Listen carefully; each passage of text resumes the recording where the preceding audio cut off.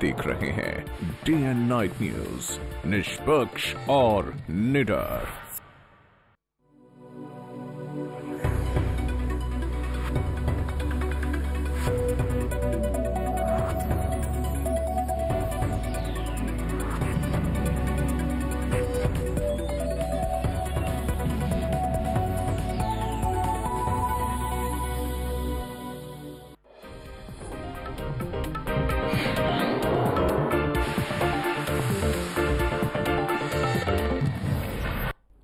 शेख तमीम बिन हमद अल थानी हैदराबाद हाउस पहुंचे, जिथे उन्हां दी प्रधानमंत्री नरेंद्र मोदी दे नाल गलबात हुई। कतर दे अमीर शेख तमीम बिन हमद अल थानी 2 दिन की भारत यात्रा ते आए ने। अल थानी दी यह पहली भारत यात्रा है। सूचना ते प्रसारण राज मंत्री राजवर्धन सिंह राठौर ने शेख तमीम बिन हमद अल थानी दा एयरपोर्ट ते स्वागत किया। भारत ਅਤੇ कतर विचकार कई खेतरां 'ਚ समझौतिਆਂ ते दस्तखत होए ने। भारत ਅਤੇ कतर विचकार सूचना ਅਤੇ टैक्नोलॉजी के खेतर ਵਿੱਚ समझौतिਆਂ ਤੇ दस्तखत होए ने। उधर UNI ਅਤੇ कतर न्यूज़ एजेंसी के विचकार भी समझौता होया है। भारत कतर संबंधां नूं लैके अमीर शेख तमीम का दौरा काफ़ी महत्व रखता है। राष्ट्रपति भवन दे विच अमीर शेख तमीम बिन हमद अल थानी का स्वागत राष्ट्रपति प्रणब मुखर्जी और प्रधानमंत्री नरेंद्र मोदी ने किया। अमीर शेख तमीम बिन हमद अल थानी नूं राष्ट्रपति भवन दे विच गार्ड ऑफ ऑनर दिता गया। इस तो बाद राष्ट्रपति प्रणब मुखर्जी और प्रधानमंत्री नरेंद्र मोदी ने अमीर शेख तमीम दे नाल आए वफद नाल मुलाकात की।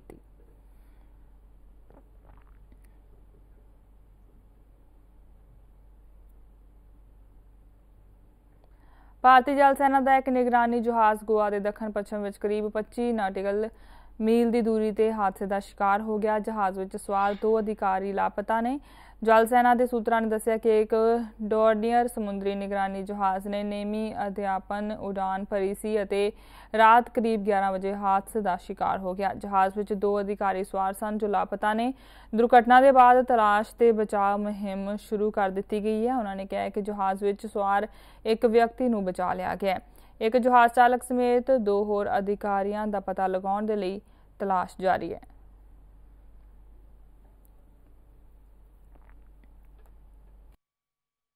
ये डॉनियर हमारा नेवल एयरबेस हंसा से कल रात को ट्रेनिंग मिशन पे था। उसमें 3 एयरक्रू थे, 2 पायलट थे, एक महिला ऑब्जर्वर थी। और ये रात को 10:08 पे हमारा कांटेक्ट, रेडार कांटेक्ट उनके साथ लूज हुआ।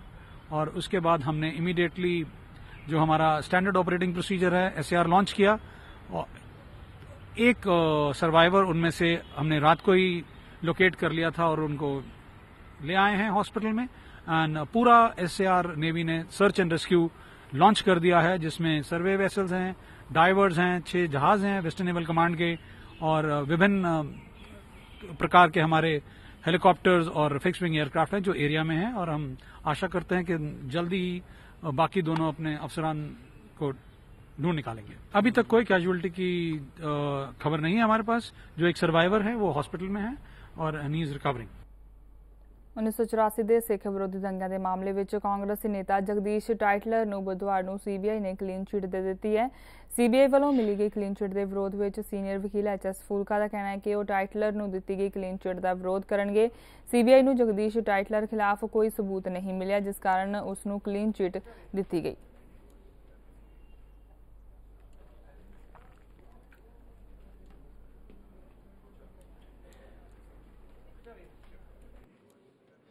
बड़े अफसोस की बात है कि दिसंबर 2014 को CBI ने टाइटलर के केस में क्लोजर रिपोर्ट फाइल कर दी और टाइटलर को क्लीन चिट दे दी। और आज 3 महीने हो गए उस बात को, और इसको इतना ज्यादा सीक्रेट रखा और इसको पब्लिक को बताया तक नहीं, जबकि उसके बाद कोर्ट में हियरिंग भी हो चुकी है। और ये इतनी बड़ी बात सीक्रेट रखी जाए इस तरह से, ये बहुत ही अफसोस की बात है। अब इनकी अपनी सरकार में क्लीन चिट मिले हुए 3 महीने हो गए, क्वार्टरली कोर्ट में फाइल कर दिया और बाहर बताया तक भी नहीं। ये इस तरह से ये पीड़ितों के साथ खिलवाड़ कर रहे हैं, बड़े अफसोस की बात है। पंजाब विधान सभा ने आगामी वित्ती वरे दे लई 79,313.86 करोड़ रुपए का बजट पास कर दिता है। वित्त मंत्री परमिंदर सिंह ढींडसा ने विधान सभा दे विच बजट ते बहस दौरान सूबे की आर्थिकता नूं नवां मोड़ देण दा दावा कीता है, पर इस दौरान उन्हां बजट पास कराउण समय कोई नवां ऐलान नहीं कीता। वित्त मंत्री ने विरोधी धिर वल्लों बजट अते वित्ती हालत संबंधी खड़े कीते सवालां दे जवाब विच उन्हां कहा कि सरकार दीआं भलाई स्कीमां पहिलां दी तरह चलदियां रहणगीआं। वित्त मंत्री ने केंद्र सरकार वल्लों करां दे विच हिस्सा वधाउण दे नाल पंजाब नूं वित्ती लाभ होण दे दावे भी कीते। सदन विच चली लंबी बहस दौरान सरकारी अते विरोधी धिर दे मैंबरां दरमियान तिखी बहस भी हुई। विरोधी धिर ने सूबे की आर्थिकता लीहों उतरन दे दावे करदिआं अकाली भाजपा सरकार ते पंजाब नूं दिवालिएपन दी दर ते लिजाण दे दोष लगाए। उप मुख्यमंत्री सुखबीर सिंह बादल अते वित्त मंत्री परमिंदर सिंह ढींडसा ने विरोधी धिर ते प्रोपेगंडा करन दे दोष लगाए। उन्हां दावा कीता कि सरकार राजकोषी घाटा घटाउण दे विच ही सफल नहीं हुई, सगों पिछले 8 सालां दे समय दौरान मालिया भी वधिआ। उन्हां सूबे की मंदहाली अते केंद्र की साबका यूपीए सरकार नूं दोषी ठहराया। इस दौरान वित्त मंत्री ने दावा किया कि अगले माली साल की सालाना योजना 90% तक लागू की जाएगी अते चुलंत माली साल दौरान योजना के 80% तक लागू होने के आसार ने। ढींडसा ने कहा कि लंघे 2 माली सालों दौरान भारत सरकार के कुल घरेलू उत्पाद और उद्योगिक उत्पाद की दर में गिरावट आई है। इस दे उल्ट पंजाब में इन्हां दोवें खेत्रों के विकास दर च वाधा होया। उन्होंने कहा कि कर्जे के मामले में पंजाब नूं पंडिया जा रहा है, पर जेकर इस कर्जे नूं कुल घरेलू उत्पाद नाल जोड़ के देखा जाए तो कांग्रेस के समय नालों बेहतर तस्वीर दिखाई दिंदी है। वित्त मंत्री ने कहा कि यूपीए सरकार के समय राज नूं माली नुकसान झेलना पिया, पर एनडीए सरकार वालों घरां दे विच हिस्सा वधाउण दे नाल पैसा वरतण लई शर्तां दा सामना नहीं करना पवेगा।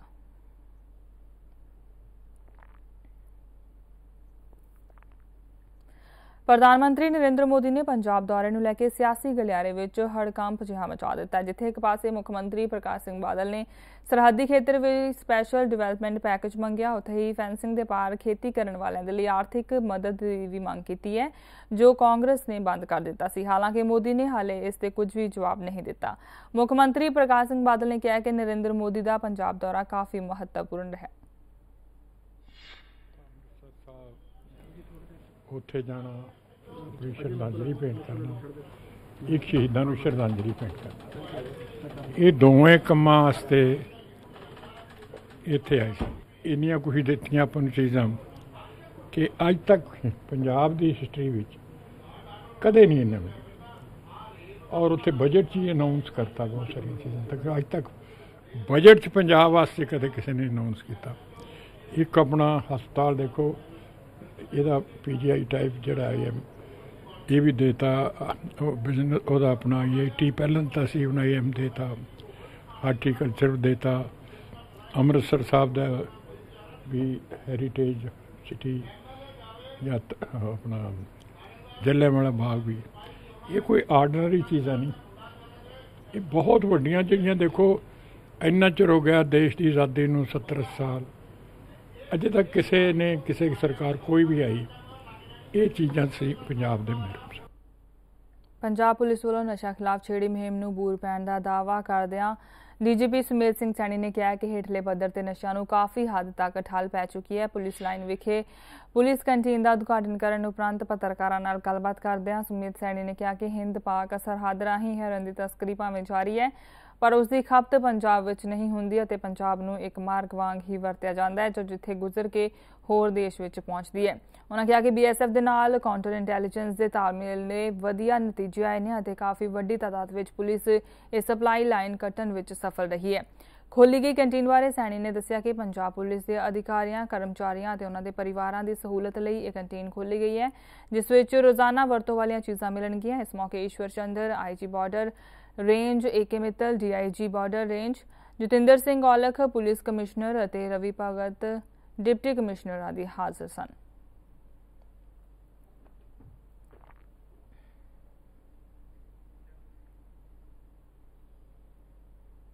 ਕੋਲਾ ਘੁਟਾਲੇ ਵਿੱਚ ਜਾਰੀ ਕੀਤੇ ਗਏ ਸੰਮਨ ਦੇ ਖਿਲਾਫ ਸਾਬਕਾ ਪ੍ਰਧਾਨ ਮੰਤਰੀ ਮਨਮੋਹਨ ਸਿੰਘ ਨੇ ਸੁਪਰੀਮ ਕੋਰਟ ਦਾ ਦਰਵਾਜ਼ਾ ਖਟਖਟਾਇਆ ਹੈ। ਉਹਨਾਂ ਨੇ ਇਸ ਮਾਮਲੇ ਦੇ ਵਿੱਚ ਸੀਬੀਆਈ ਦੀ ਵਿਸ਼ੇਸ਼ ਕੋਰਟ ਵੱਲੋਂ ਜਾਰੀ ਕੀਤੇ ਗਏ ਸੰਮਨ ਨੂੰ ਸੁਪਰੀਮ ਕੋਰਟ ਦੇ ਵਿੱਚ ਚੁਣੌਤੀ ਦਿੱਤੀ ਹੈ। ਕੋਲ ਬਲਾਕ ਵੰਡ ਵਿੱਚ ਜਾਰੀ ਸੰਮਨ ਦੇ ਤਹਿਤ ਉਹਨਾਂ ਨੂੰ 8 ਅਪ੍ਰੈਲ ਨੂੰ ਕੋਰਟ ਵਿੱਚ ਪੇਸ਼ ਹੋਣਾ ਹੈ। ਜ਼ਿਕਰਯੋਗ ਹੈ ਕਿ ਉੜੀਸਾ ਦੇ ਵਿੱਚ 2005 ਵਿੱਚ ਤਾਲਾਬੀਰਾ 2 ਕੋਲਾ ਬਲਾਕ ਵੰਡ ਨਾਲ ਜੁੜੇ ਕੋਲਾ ਘੁਟਾਲੇ ਦੇ ਇੱਕ ਮਾਮਲੇ ਵਿੱਚ ਵਿਸ਼ੇਸ਼ ਅਦਾਲਤ ਨੇ ਸਾਬਕਾ ਪ੍ਰਧਾਨ ਮੰਤਰੀ ਮਨਮੋਹਨ ਸਿੰਘ ਨੂੰ ਸੰਮਨ ਜਾਰੀ ਕੀਤਾ ਹੈ। ਉਹਨਾਂ ਨੂੰ 8 ਅਪ੍ਰੈਲ ਨੂੰ ਪੇਸ਼ ਹੋਣ ਲਈ ਕਿਹਾ ਗਿਆ ਹੈ।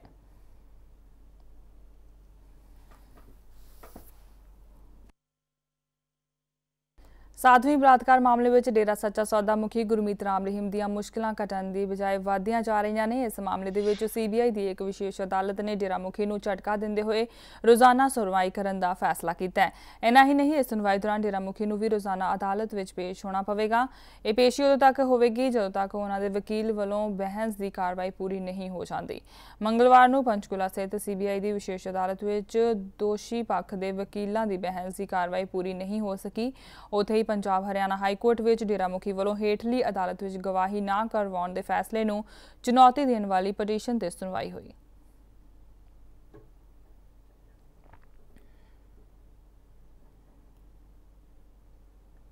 जलंधर में एक कार चालक व्यक्ति की लापरवाही कारण हादसा वापर गया। हादसा उस समय पेश आया जब स्विफ्ट कार चालक ने ब्रेक की थां ते रेस दबा दी।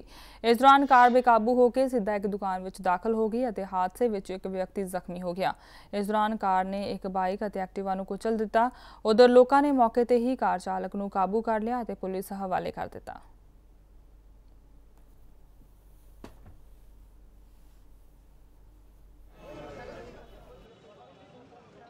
सर असं इदा मैं मोटरसाइकिल ला के अंदर गया स्टॉप है वो यार मैं 2 मिनट अंदर गया इन्हें बड़ी जोर की ना धमाका होया साडे अंदरों कस्टमर निकलिया दुकान के अंदर इन्हें की कीता सीधा गड्डी नाल लिया के कस्टमर भी मारिया उड़ा के ते बाकी साडा नुकसान भी कीता इन्हें सीधी गड्डी लिया के वाड़ दित्ती। मामला तेज रफ्तार गड्डी आई है कोई साबी दी गई कंट्रोल नहीं हुई एकदम खड़े स्कूटर मोटरसाइकिल साइकिल जितने आके सीधी दुकान के मार ਤੇ ਡਰਾਈਵਰ ਮੌਕੇ ਤੇ ਕਾਬੂ ਕਰ ਲਿਆ। ਇੱਕ ਬੰਦਾ ਜ਼ਖਮੀ ਹੋ ਗਿਆ, ਸਿਵਲ ਹਸਪਤਾਲ ਐਡਮਿਟ ਕਰਾ ਦਿੱਤਾ ਤੇ ਹੁਣ ਮੈਂ ਮੌਕੇ ਤੇ ਪਹੁੰਚ ਗਿਆ ਤੇ ਮੌਕੇ ਤੇ ਸਾਰਿਆਂ ਦਾ ਕੋਸ਼ਿਸ਼ ਕਰ ਰਿਹਾ।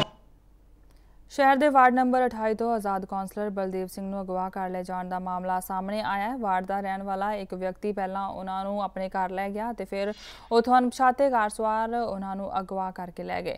इस उपरंत कौंसलर के परिवारक मैंबरों ने थाना सिटी 1 के लिखती शिकायत दी है। उधर सिटी 1 के सब इंस्पैक्टर घटना स्थान का जायजा लैण लई कौंसलर के घर पहुंचे। पुलिस वालों मामले की जांच की जा रही है।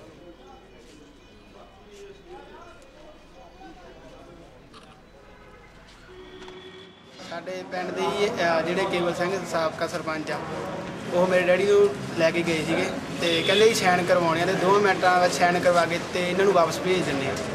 ਤੇ ਉਹ ਨਗਾਹ ਰੋਡ ਕੋਲੇ ਕੋਠੀ ਆ ਕੁਲਦੀਪ ਸਿੰਘ ਦੀ ਉੱਥੇ ਲੈ ਕੇ ਗਏ ਉਹਨਾਂ ਨੂੰ ਤੇ ਉਸ ਤੋਂ ਬਾਅਦ ਚੋਂ ਉਹਨਾਂ ਦਾ ਜਿਹੜਾ ਜਥੇਦਾਰ ਦਾ ਪੀਏ ਆ ਉਹ ਉਹਨਾਂ ਨੂੰ ਉੱਥੋਂ ਲੈ ਕੇ ਗਿਆ।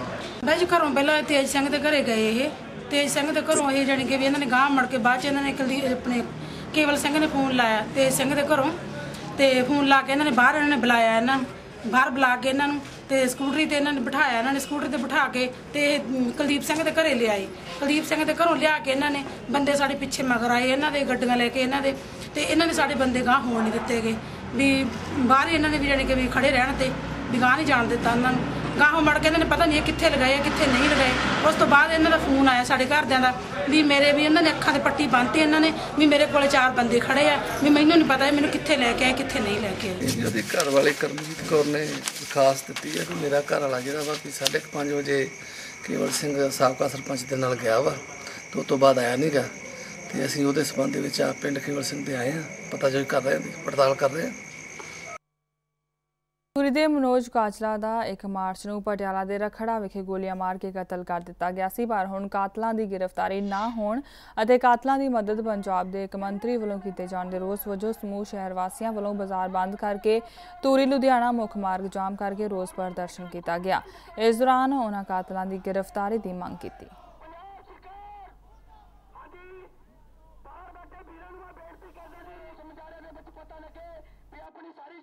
ਦਾ ਕਤਲ ਹੋਇਆ ਸੀਗਾ ਜੀ 23 ਦਿਨ ਹੋ ਗਏ ਨੇ ਅੱਜ 3 गिरफ्तारियां ने 2 गिरफ्तारियां इन्हों की नहीं हो रही है इस करके धरना लाया गया। ਮੰਗ ਇਹੀ ਹੈ ਵੀ ਇਹਨਾਂ ਨੂੰ ਗ੍ਰਿਫਤਾਰ ਕਰਿਆ, ਪਰ ਜਲਦੀ ਤੋਂ ਜਲਦੀ ਗ੍ਰਿਫਤਾਰ ਕਰਿਆ ਜਾਏ, ਸਜ਼ਾ ਦਿੱਤੀ ਜਾਵੇ। ਸਾਡੇ 1 ਤਰੀਕ ਨੂੰ ਮਨੋਜ ਕਾਂਜਲਾ ਬੀੜ ਦਾ ਗੋਲੀਆਂ ਮਾਰ ਕੇ ਹੱਤਿਆ ਕਰ ਦਿੱਤੀ।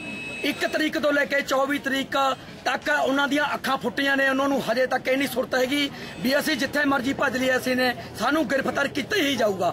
ਸੋ ਅਸੀਂ ਇਸ ਕਰਕੇ ਧਰਨਾ ਰੋਜ਼ ਮੁਜ਼ਾਹਰਾ ਤੇ ਸਾਡੀ ਭੁੱਖ ਹੜਤਾਲ ਸ਼ੁਰੂ ਹੈ ਕੱਲ ਤੋਂ। ਅਸੀਂ ਭੁੱਖ ਹੜਤਾਲ ਆਪਦੀ ਜਾਰੀ ਰੱਖਾਂਗੇ ਤੇ ਸਾਡੀ 24 ਘੰਟੇ ਭੁੱਖ ਹੜਤਾਲ ਜਾਰੀ ਹੈ। ਅਸੀਂ ਧਰਨਾ ਲਾਇਆ, ਅੱਜ ਵੀ ਧਰਨਾ ਲਾਵਾਂਗੇ। ਅਸੀਂ ਰਹਿੰਦੇ 5-4 ਦਿਨਾਂ ਨੂੰ ਫੇਰ ਅੱਡੂ ਵੀ ਵੱਡਾ ਅਸੀਂ ਧਰਨਾ ਲਾਉਂਦੇ ਰਹਾਂਗੇ। ਸਾਡੀ ਮੰਗ ਹੈ ਜਿਹੜੀ ਉਹਨਾਂ ਦਰਿੰਦਿਆਂ ਨੂੰ ਗ੍ਰਿਫਤਾਰ ਕੀਤਾ ਜਾਵੇ ਤੇ ਉਹਨਾਂ ਨੂੰ ਦਰਿੰਦਿਆਂ ਨੂੰ ਫਾਹੇ ਲਾਇਆ ਜਾਵੇ। जम्मू कश्मीर सरकार ने कहा कि अशांत खेतर एक्ट 1997 की म्याद खत्म हो गई है और यह सूबे विच लागू नहीं है। विधान परिषद दे विच National Conference member Bashir Ahmed वालों अशांत खेतर एक्ट खत्म करने नूं खारिज करने के संबंध में लिआंदे गए प्रस्ताव नूं अस्वीकार करते हुए प्रधान अमृत मल्होत्रा ने कहा कि सरकार ने सूचित किया है कि जम्मू कश्मीर दे विच अशांत खेतर एक्ट 1997 विच सिर्फ 1 साल लिए ही जायज़ सी अते इह 7 अक्तूबर 1998 नूं खत्म हो गया है।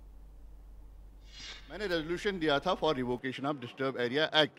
हैरानगी की बात यह है कि इट हैज़ बीन डिसअलाउड। जब मैंने रीज़न पूछे, मुझे राइटिंग में आया कि 1997 में सितंबर के महीने में डिस्टर्ब एरिया एक्ट यहाँ लागू किया गया था रियासती जम्मू कश्मीर को, जो 98 में लैप्स हुआ। तब से लेके आज तक यहाँ कोई डिस्टर्ब एक्ट इनवोग नहीं है।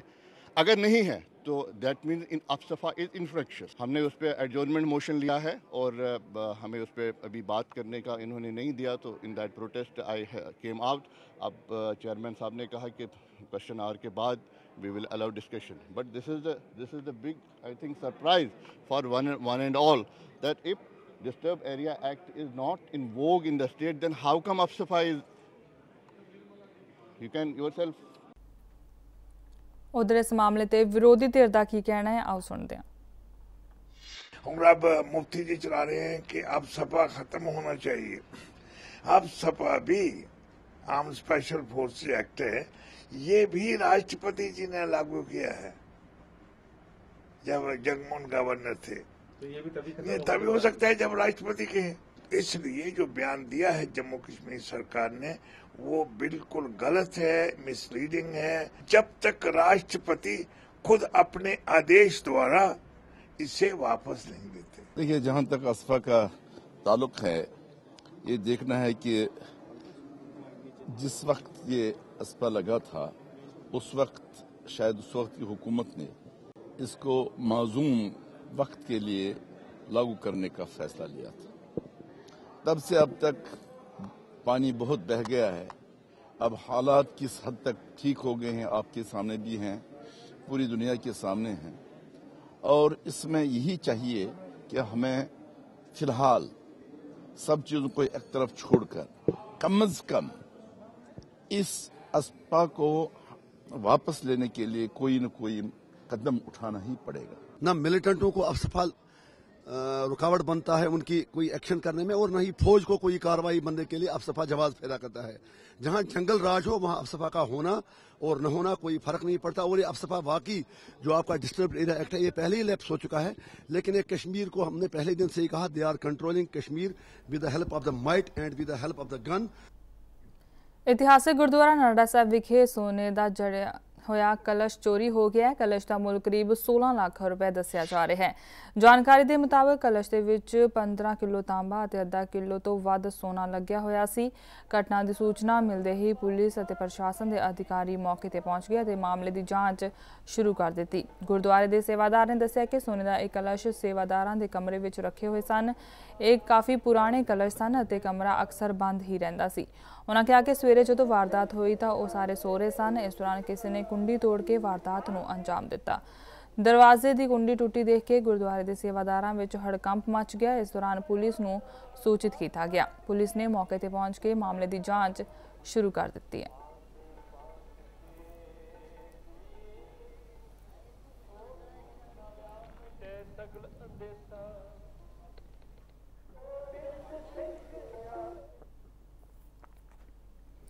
ਪਠਾਨਕੋਟ ਵਿੱਚ UGC ਵੱਲੋਂ ਇੱਕ ਕੌਮੀ ਪੱਧਰ ਦੇ ਕੈਂਪ ਦਾ ਆਯੋਜਨ ਕੀਤਾ ਗਿਆ, ਜਿਸ ਦੇ ਵਿੱਚ ਪੂਰੇ ਦੇਸ਼ ਤੋਂ ਆਏ ਹੋਏ ਡੈਲੀਗੇਟਸ ਨੇ ਹਿੱਸਾ ਲਿਆ। ਇਸ ਦੌਰਾਨ ਬੁਲਾਰਿਆਂ ਨੇ ਕਿਹਾ ਕਿ ਜੇਕਰ ਭੌਤਿਕਵਾਦ ਦੇ ਯੁੱਗ ਵਿੱਚ ਭਾਰਤ ਨੂੰ ਫਿਰ ਤੋਂ ਵਿਸ਼ਵ ਦਾ ਗੁਰੂ ਬਣਾਉਣਾ ਹੈ ਤਾਂ ਸਵਾਮੀ ਵਿਵੇਕਾਨੰਦ ਜੀ ਦੇ ਵਿਚਾਰਾਂ ਨੂੰ ਘਰ-ਘਰ ਪਹੁੰਚਾਉਣਾ ਹੋਵੇਗਾ। ਉਨ੍ਹਾਂ ਕਿਹਾ ਕਿ ਸਵਾਮੀ ਜੀ ਦੀ ਸਿੱਖਿਆ ਅੱਜ ਵੀ ਉਨੀ ਅਹਿਮ ਹੈ ਜਿੰਨੀ ਕਿ ਉਨ੍ਹਾਂ ਦੇ ਜੀਵਨ ਕਾਲ ਵਿੱਚ ਸੀ।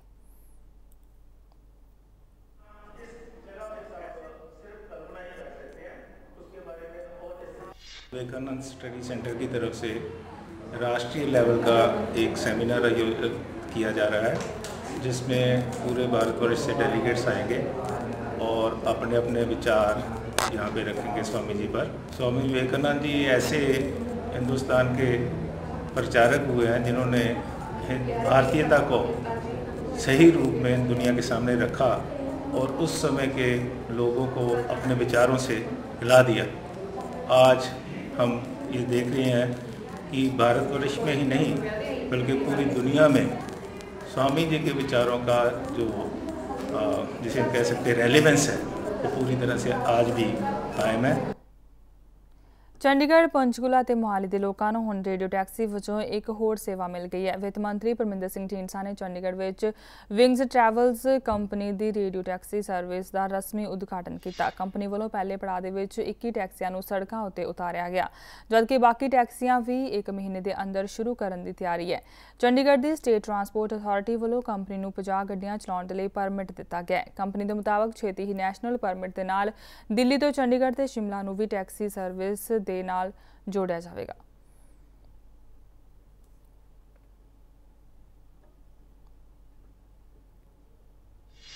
देखो बड़ा वधिया उपराला है जो wings radio service radio cab शुरू की है।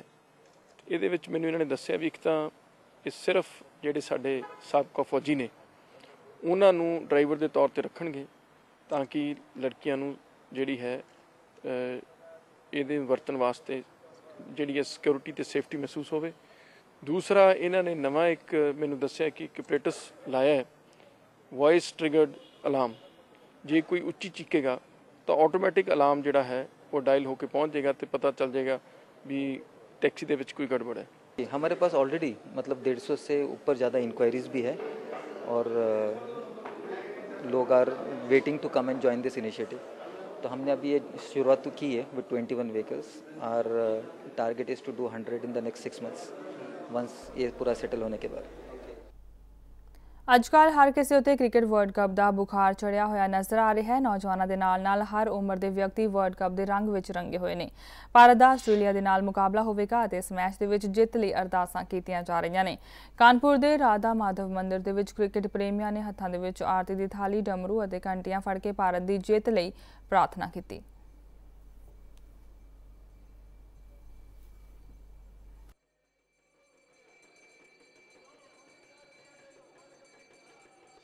कानपुर महानगर के इस ऐतिहासिक मंदिर राधा माधव मंदिर के रोई नगर में हम लोगों ने जो यहाँ महाआरती का आयोजन किया है, निश्चित तौर पर इस पूर्ण विश्वास के साथ कि हिंदुस्तान महेंद्र सिंह धोनी के नेतृत्व में दोबारा इतिहास रचने जा रहा है। 2011 के बाद 2015 का वर्ल्ड कप जीत के लाएगा। आज इस ऐतिहासिक मंदिर पर हम लोगों ने महाआरती करके बांके बिहारी जी से ये विनती की है कि सेमीफाइनल और फाइनल जिताने के बाद हिंदुस्तान को दोबारा वर्ल्ड कप के साथ हमारे खिलाड़ी वापस हिंदुस्तान आए। इस पूरी दुनिया में सबसे बड़ा लोकतंत्र हिंदुस्तान है और हिंदुस्तान में हिंदू, मुस्लिम, सिख, ईसाई आज एक ही प्रार्थना कर रहे हैं कि हम सब मिलकर वर्ल्ड कप जीते और कैप्टन महेंद्र सिंह धोनी की अगुवाई में दोबारा एक बार रिकॉर्ड बनाते हुए लगातार हिंदुस्तान वर्ल्ड कप हिंदुस्तान में लेके आए क्रिकेट वर्ल्ड कप। हमें उम्मीद ये है कि इंडिया 2015 का वर्ल्ड कप जीत रही है और ऐतिहासिक जीत ये होगी और ये पूरा हिंदुस्तान वर्ल्ड कप जब आएगा तो खुशी का एक माहौल यहाँ पे होगा और ढंग से इंडिया जीतेगी सेमीफाइनल और बुरी तरीके से पराजय करेगी ऑस्ट्रेलिया को। बुलेटिन विच फिलहाल इन्ना ही, इजाजत दिओ, धन्यवाद। खबरां दी दुनिया विच आओ, साडे नाल कदे भी किते भी जुड़ो। आपां मिलांगे फेसबुक ते, असीं दिखांगे यूट्यूब ते, सानू फॉलो करो ट्विटर ते। खबरां नाल जुड़े रहो दिन रात।